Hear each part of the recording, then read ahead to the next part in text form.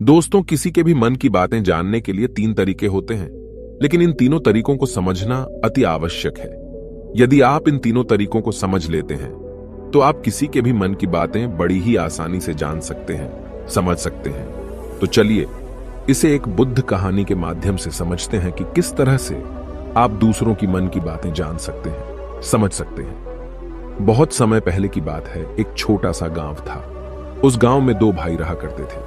बड़ा भाई अंधा था, जिस कारण वो हमेशा घर पर ही बैठा रहता था, और छोटा भाई खेती किया करता था। लेकिन खेतों में अधिक जानवर आने से पूरी फसलें नष्ट हो जाती थीं, जिस कारण छोटा भाई बहुत परेशान हो चुका था। तभी उसे एक तरकीब सूझी। एक दिन उसने सोचा, खेतों में से इन जानवर को भगाने के लिए क्यों ना मैं अपने बड़े भाई की मदद लूं। वैसे भी बड़े भैया अंधे हैं। अगर वह खेत में बैठे रहेंगे और जानवरों की आहट आने पर वो उन्हें जोर से चिल्लाकर भगा सकते हैं, जिससे हमारी फसलें बच सकती हैं। इसलिए उन्हें मैं खेत में बिठा देता हूं। ये सब सोच विचार करने के बाद उसने अपने खेत में ही एक छोटी सी झोपड़ी तैयार की और अपने अंधे भाई को उस खेत में बिठा दिया और उनसे कहा, भैया, यदि कोई जानवर की आहट आपको सुनाई दे तो आप जोर जोर से चिल्लाना। ये सुनकर वो जानवर यहां से भाग जाएंगे और हमारी फसलें नष्ट होने से बच जाएगी। बड़ा भाई अपने छोटे भाई की बात मान लेता है और वो उस दिन से खेत में ही रहना शुरू कर देता है। जब भी किसी जानवर की आहट उसे सुनाई देती तो वो तुरंत जोर जोर से चिल्लाना शुरू कर देता, जिससे वो जानवर उसके खेतों से भाग जाते। ऐसा करते करते कई दिन बीत चुके थे। तभी एक दिन उसके खेत में एक हिरण भागता हुआ आता है और वह खेत के बांध को तोड़कर वहां से भाग गया। लेकिन उसी हिरण का पीछा करते हुए एक राजा भी उस खेत में आ पहुंचा। तभी राजा की नजर उस अंधे भाई पर पड़ती है। राजा उस व्यक्ति से कहता है, देखो, मैं यहां पर एक जानवर का पीछा करते हुए आया हूं। क्या तुमने उस जानवर को यहां पर देखा है? इस पर वो व्यक्ति कहता है, हे राजन, मैं तो अंधा हूं। मैं भला किसी जानवर को कैसे देख सकता हूं? लेकिन मैं आपको इतना जरूर बता सकता हूं कि जो जानवर मेरे खेतों से होकर भागा है वो आपके लायक नहीं है। आप उसके पीछे अपना समय यूं ही व्यस्त कर रहे हैं। राजा उस अंधे व्यक्ति की बात सुनकर बड़ा अचरज में पड़ गया। वो ये सोचने लगा कि आखिर ये तो अंधा है, फिर इसे कैसे पता कि जिस हिरन को मैं तलाश रहा हूं वह हिरन मेरे लायक है ही नहीं। ये अंधा व्यक्ति मुझे कैसे बता सकता है? तभी राजा उस अंधे व्यक्ति से कहता है, कहीं तुम मुझसे झूठ तो नहीं कह रहे? एक तरफ तुम ये कहते हो कि तुम अंधे हो और दूसरी तरफ तुम ये भी कह रहे हो कि जो जानवर यहां से भागा है वो मेरे लायक नहीं है। इस पर वो अंधा व्यक्ति कहता है, हे राजन, जिसे आप एक हिरण समझ रहे हैं, असल में वो एक हिरण नहीं है, बल्कि एक हिरणी है, और वो भी गर्भवती है। और जहां तक मुझे ज्ञान है, मैंने कभी किसी राजा को किसी गर्भवती हिरणी का शिकार करते हुए नहीं सुना है। और इसी कारण मैं आपसे ये कह रहा हूं कि वो हिरणी आपके लायक नहीं है। आप उसके पीछे अपना समय व्यर्थ ना करें। यह सुनकर राजा और भी अचरज में पड़ गया। वो ये सोचने लगा कि आखिर ये अंधा आदमी ये कैसे जान सकता है कि वो हिरणी है और गर्भवती है। राजा कुछ देर सोच विचार करने के बाद अपने सेनापति से कहता है, सेनापति जी, मुझे वो जानवर जिंदा चाहिए, क्योंकि मुझे यह पता करना है क्या वह हिरणी है और क्या वह गर्भवती है। क्योंकि यह अंधा आदमी बहुत विश्वास के साथ कह रहा है और मुझे इस बात की पुष्टि करनी है। यदि वह हिरणी हुई और गर्भवती हुई तो वह हमारे शिकार के लायक नहीं है, क्योंकि हम तो एक हिरण का पीछा कर रहे थे। इसलिए जाओ और पता करो कि क्या वो हिरणी है। सेनापति राजा से आज्ञा लेकर आगे की ओर बढ़ चलता है, और कुछ देर बाद जब वह वापस लौट कर आता है तो वह राजा को कहता है, हे राजन, इस अंधे आदमी ने जो भी बातें कही हैं वो बिल्कुल सही हैं। वो एक हिरणी ही है और वह गर्भवती भी है। यह सुनकर राजा आश्चर्यचकित रह गया। उसे समझ नहीं आ रहा था कि आखिर अंधा आदमी कैसे पता कर सकता है कि वह जानवर एक हिरणी है, और तो और वह गर्भवती है। भला एक अंधा आदमी यह कैसे देख सकता है? यह कैसे जान सकता है? आखिर इसे यह कैसे पता चला?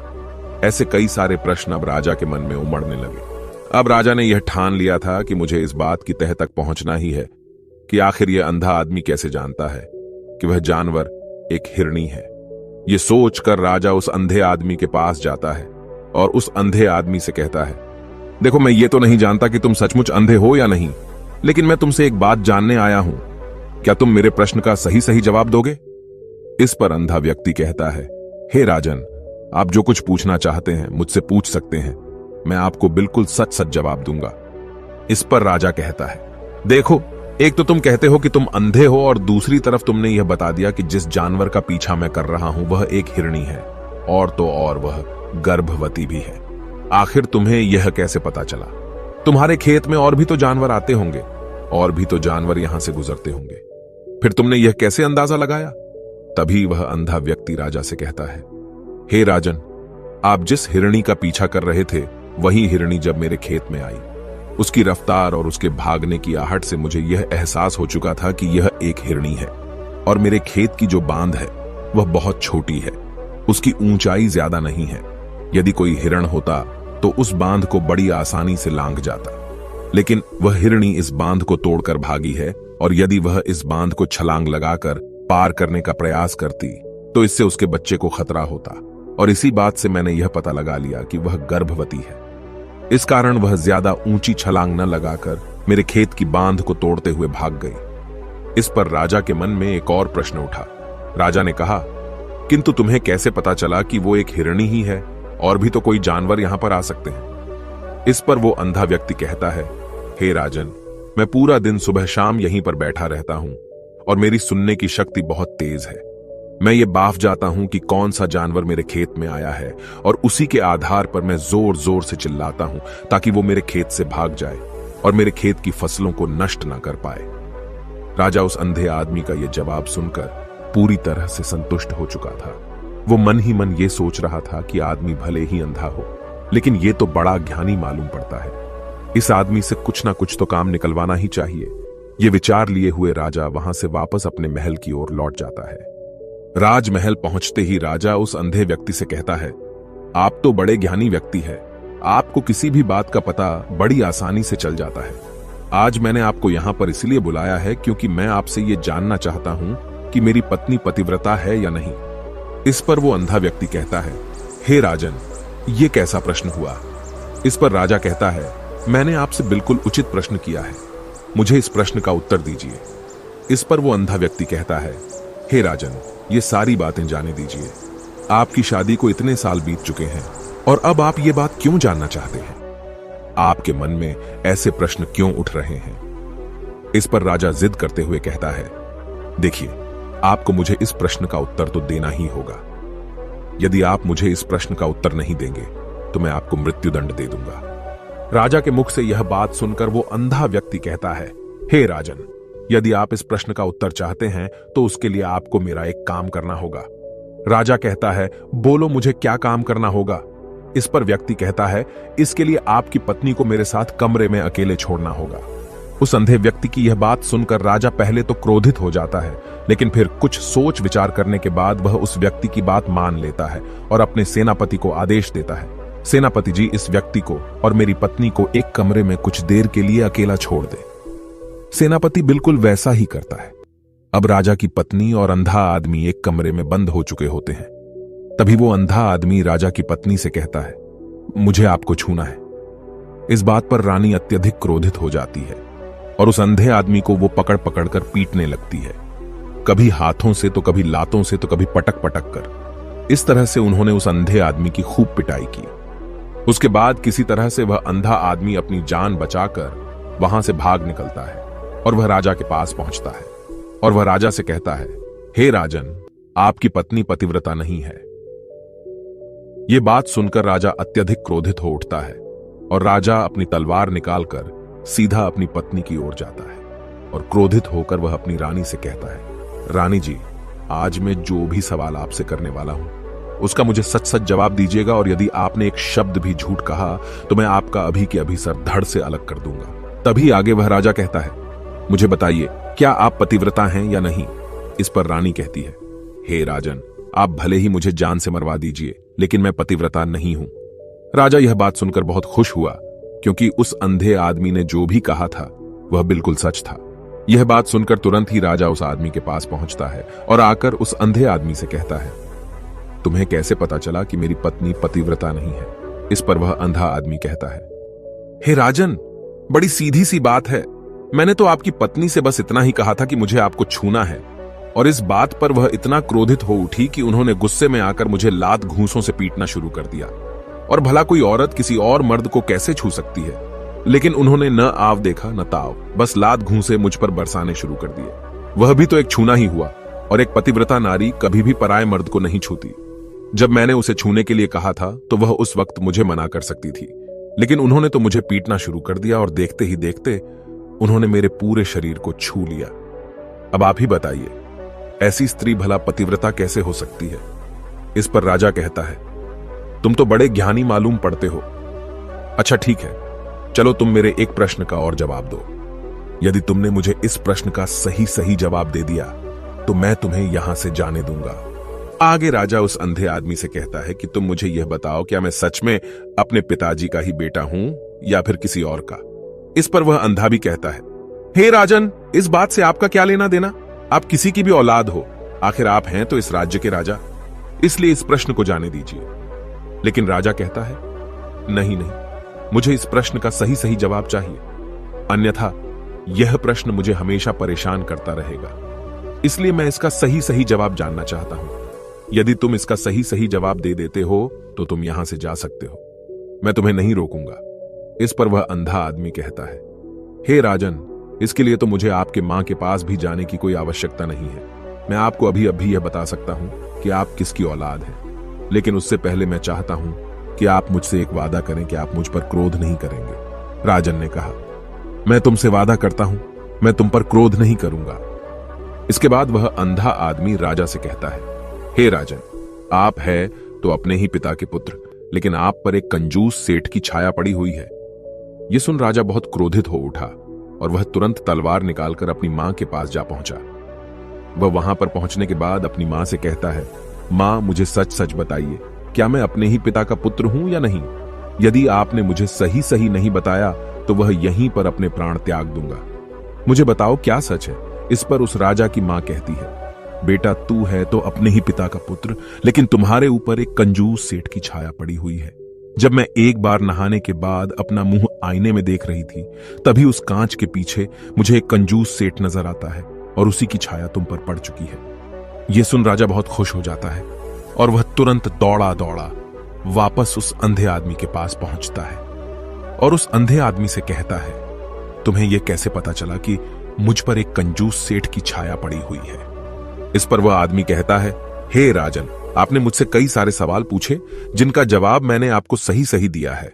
यदि कोई और राजा होता तो मुझे इसके बदले में ढेरों सारे इनाम मिल चुके होते, लेकिन अब तक आपने एक फूटी कौड़ी तक नहीं दी है। इस बात से ही मैंने अंदाजा लगा लिया था कि आप बहुत कंजूस हो। यह बात सुनकर राजा जोर जोर से हंसने लगा और कहता है कि आप जो भी मांगेंगे वह मैं आपको अवश्य दूंगा, लेकिन मुझे यह बताओ कि तुम्हें कैसे पता चल जाता है कि कौन सी बात सही है और कौन सी गलत? तुम किसी भी बात का इतना सटीक और सही जवाब कैसे दे पाते हो? इस पर वह अंधा आदमी कहता है, हे राजन, मैं तो वैसे ही अंधा हूं। यदि मेरी आंखें होती तो मैं किसी की भी मन की बातें बड़ी सरलता से जान लेता। मन की एक भाषा होती है और यह भाषा मनुष्य के शरीर के व्यवहार के रूप में देखी जा सकती है। उसकी आंखों से, उसके होठों से, उसके काम करने के तरीके से, उसकी क्रियाओं से पता किया जा सकता है कि उसके मन में क्या चल रहा है। उसके आधार पर हम किसी के भी मन की बातें जान सकते हैं। लेकिन मैं तो अंधा हूं, मैं देख नहीं सकता, इसलिए मैं क्रियाओं से देखता हूं। यदि मुझे कोई बात जाननी हो तो अगले आदमी को कुछ काम देना पड़ता है, जिस पर वह व्यक्ति किस प्रकार काम करता है, किस तरीके से इस काम को करता है, उसके आधार पर ही मैं यह पता कर पाता हूं कि उसके मन में क्या चल रहा है। तभी वह राजा कहता है, तो क्या इसका अर्थ यह हुआ कि मैं भी किसी के मन की बातें जान सकता हूं? इस पर वह अंधा आदमी कहता है, हे राजन, अवश्य आप भी किसी भी व्यक्ति के मन की बात जान सकते हैं, किंतु उससे पहले आपको अपने ऊपर काम करना होगा, और वह काम है अपने मन को शांत करना, अपने मन को वर्तमान में लाना होगा, जिसके लिए मैं आज आपको 3 तरीके बताने वाला हूं। और ये तीनों ही तरीके बड़े ही आसान और सरल हैं। किंतु हे राजन, उससे पहले आपको एक काम करना होगा, अपने मन को एकाग्र करना होगा। जब हम अपने मन को एकाग्र करते हैं, अपने मन को वर्तमान में लाते हैं, तो हम दूसरे के मन की बात जान सकते हैं, क्योंकि वह आदमी अभी भी अपने मन में वर्तमान में ही सोच रहा है, और हमें भी मन को वर्तमान में ही लाना होगा। तभी हम उसके मन की बातें जान सकते हैं। यदि हम अतीत में हुई घटनाओं के बारे में सोच रहे हैं, तो वह जो अगला आदमी वर्तमान में सोच रहा है, वर्तमान में अपने मन में बात कर रहा है, वह हम कैसे जान पाएंगे? क्योंकि हम तो अतीत की घटनाओं में डूबे हुए हैं। इसलिए किसी के भी मन की बात जानने के लिए सबसे पहले हमें हमारे मन को एकाग्र करना होगा, उसे वर्तमान में लाना होगा। आगे वह व्यक्ति राजा से कहता है, हे राजन, जो 3 तरीके मैं आपको बताने वाला हूं, इन 3 तरीकों से बड़ी आसानी से किसी के भी मन की बातें जान सकते हैं। उसके बाद वह अंधा आदमी राजा से कहता है, हे राजन, जो सबसे पहला तरीका है वह है आंखों पर ध्यान देना।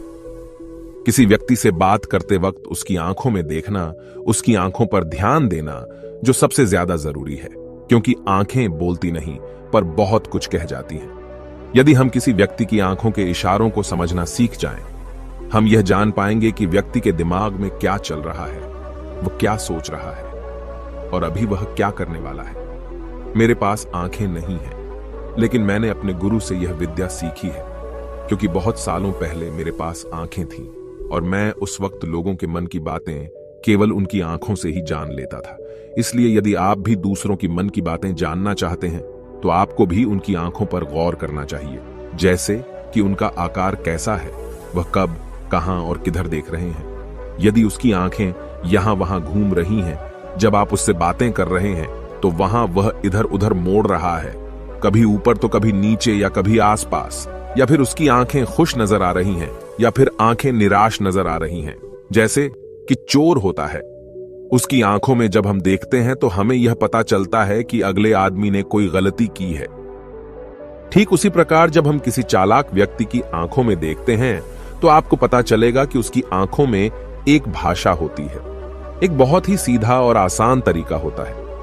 यदि आपको यह पता लगाना है कि सामने वाला व्यक्ति आपसे झूठ कह रहा है या फिर सही, तो आपको उसकी आंखों पर ध्यान देना अति आवश्यक है।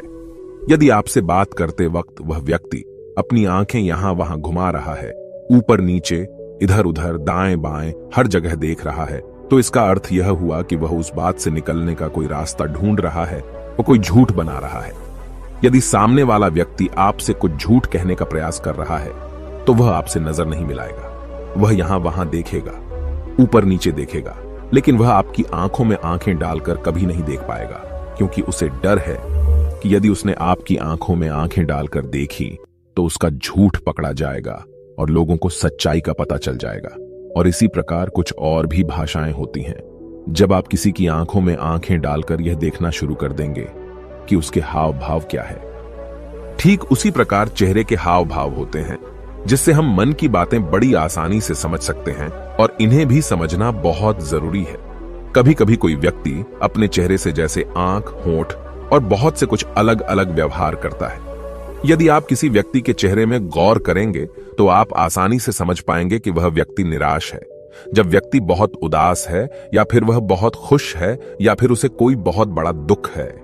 वह अपने अंदर क्या महसूस कर रहा है, ये सारी बातें हम उसके चेहरे के हाव भाव से पता कर सकते हैं। फिर चाहे इंसान जुबान से कुछ बोले या ना बोले, लेकिन आप उसके चेहरे से सब कुछ पता कर सकते हैं। आगे व्यक्ति राजा से तीसरा तरीका बताते हुए कहता है, हे राजन, इसी प्रकार तीसरी भाषा भी है, अर्थात तीसरा तरीका भी है, और वह है हाथों के इशारे और शरीर का व्यवहार। मन की बात समझने के लिए हमें हाथ के इशारे और शरीर के व्यवहार को समझना बहुत आवश्यक है। कोई व्यक्ति जब बात करता है, तो आपने देखा होगा कि वो अपने हाथों को हिलाता रहता है, अपने हाथों से इशारा करता रहता है। बातों के साथ साथ अपना शरीर का जो व्यवहार है, अर्थात बॉडी लैंग्वेज, उसका भी पूरा उपयोग करता है, जिससे हमें यह पता चल पाता है कि वह व्यक्ति हमारी बातों पर कितना ध्यान दे रहा है और उसके मन में क्या चल रहा है। शरीर के व्यवहार को देखने के लिए उसके हाथ मटकाने, शरीर मटकाने और चेहरे पर बार बार हाथ लाने, हाथों का एक दूसरे से मसलना, ऐसी बहुत सी क्रियाएं होती हैं, उस पर हमें ध्यान देना अति आवश्यक है। मन की बात को समझने के लिए हमें शरीर के व्यवहार को भी समझना पड़ता है। यदि हम इन 3 तरीकों को सही तरीके से ध्यान देकर इन 3 तरीकों को अच्छे से समझ लेते हैं, तो हम बहुत जल्दी किसी भी व्यक्ति के मन की बातें बड़ी सरलता और सहजता से जान सकते हैं। इसलिए यदि आपको किसी के मन की बातें जानी है, तो आपको उसकी आंखों पर, उसके चेहरे पर, उसके शरीर के हाव भाव को और उसके हाथों को ध्यानपूर्वक देखना और समझना होगा, जिससे आप यह समझ पाएंगे कि आखिरकार उसके मन में क्या चल रहा है और वह क्या सोच रहा है। लेकिन उनसे पहले आपको अपने मन को एकाग्र करना होगा, शांत करना होगा और अपने मन को वर्तमान में लाना होगा। तभी आप उस व्यक्ति की इन सभी क्रियाओं पर ध्यान दे पाएंगे, उन्हें समझ पाएंगे। अन्यथा आप यदि अतीत की घटनाओं में व्यस्त हैं, भविष्य की योजनाओं में व्यस्त हैं, तो आप उस व्यक्ति के हाव भाव पर कभी ध्यान ही नहीं पाएंगे और न ही आप कभी यह समझ पाएंगे कि आखिर उस व्यक्ति के मन में क्या चल रहा है, वह क्या सोच रहा है। आपने देखा होगा कि ऐसे कई बड़े संत महात्मा हैं जो बड़ी ही शांति से आपको देखते हैं और आपको देखकर ही ये बता देते हैं कि आपके मन में क्या चल रहा है, आप उनसे क्या जानने आए हैं। और इसका सबसे बड़ा प्रमुख कारण यही है कि वह आपको पढ़ सकते हैं, आपको समझ सकते हैं, आपकी मन की बातें जान सकते हैं, क्योंकि उनका मन एकाग्र है, शांत है। और यही कारण है कि वह आपके मन की बातें बड़ी सरलता से समझ जाते हैं। यदि आपने अब तक पूरी कहानी को सुना है तो मैं आपसे एक छोटा सा अनुरोध करना चाहता हूं। कृपया इस चैनल को सब्सक्राइब करें ताकि मैं आपके लिए और भी ऐसी ही ज्ञान से भरपूर कहानियां लेकर आ सकूं। नमो बुद्धाय। मिलते हैं एक नई कहानी के साथ अगली वीडियो में।